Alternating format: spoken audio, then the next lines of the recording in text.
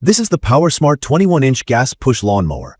I've been cutting a typical suburban lawn with it for a few weeks, swapping between mulching and bagging, and I've put it through clean weekly maintenance cuts and a couple of taller, slightly damp passes after a rainy stretch. I'll keep this straight and practical, because if you're shopping for a mower like this, you want to know how it starts, how it cuts, how it feels to push, and what might annoy you after the third mow. In my opinion, the biggest question with a gas push mower is whether it gives you enough power and cut quality without wearing you out. This one chases that balance by pairing a well-known BNS engine with a wide 21-inch deck and a simple manual push setup. No self-propel, no fancy drive system to maintain. Just a pull cord, a single lever height adjuster, and a 3-in-1 system for bagging, mulching, or rear discharge. From my experience, that simplicity is a plus over time, as long as the basics are dialed in. The look is straightforward, black and red, tall stance, and a sturdy alloy steel deck that doesn't flex when you press on it. The handle folds down easily for storage, which matters if you keep your tools in a crowded garage.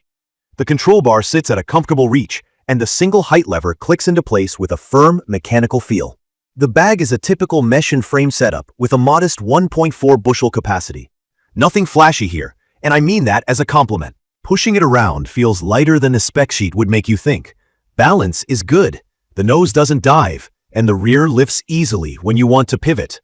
The wheels roll smoothly, though the plastic hubs and the general feel of the hardware are more budget homeowner than premium pro.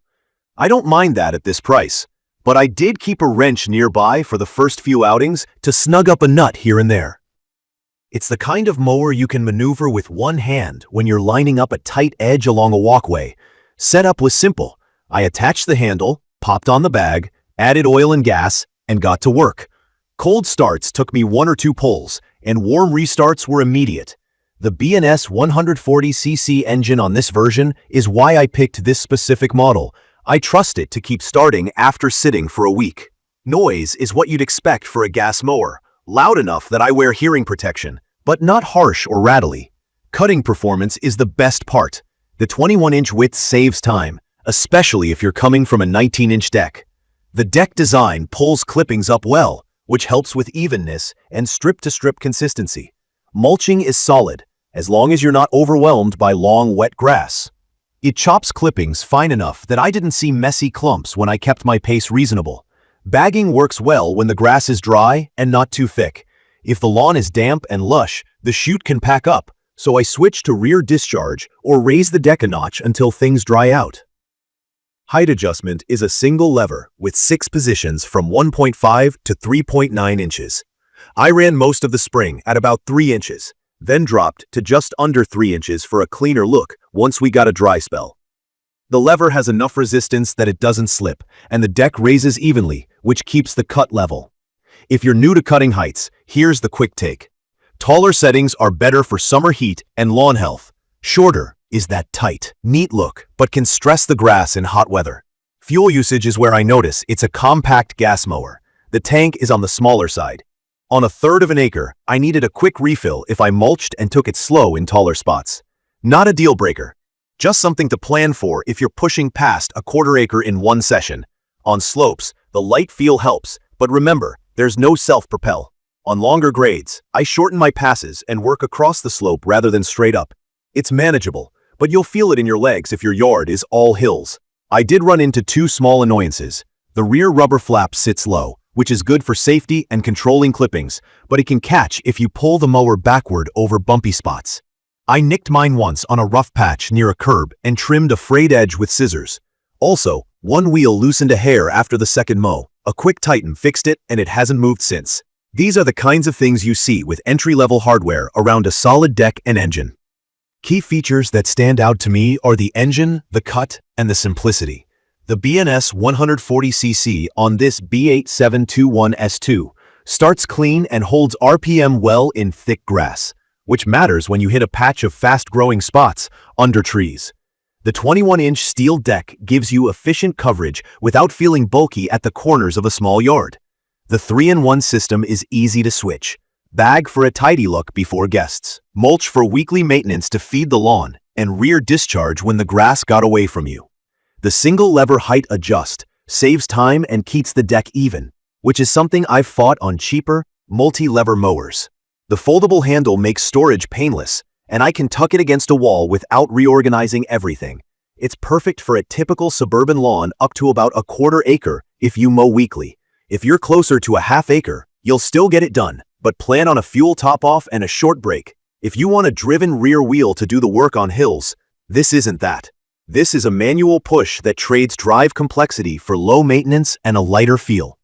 From my experience, the cut quality is the reason to pick this over narrow deck budget mowers. You make fewer passes, and the airflow seems tuned well enough that mulching looks clean without leaving a trail. I've seen some chatter about component variants across PowerSmart models. That's why I went with this Briggs Stratton variant. It reduces uncertainty about long-term starts, and I already have B&S parts and oil around the shop. The rest of the mower is honest about its class. The deck is sturdy, the hardware is serviceable, and the wheels and plastics are fine if you treat them like homeowner gear, not construction site tools.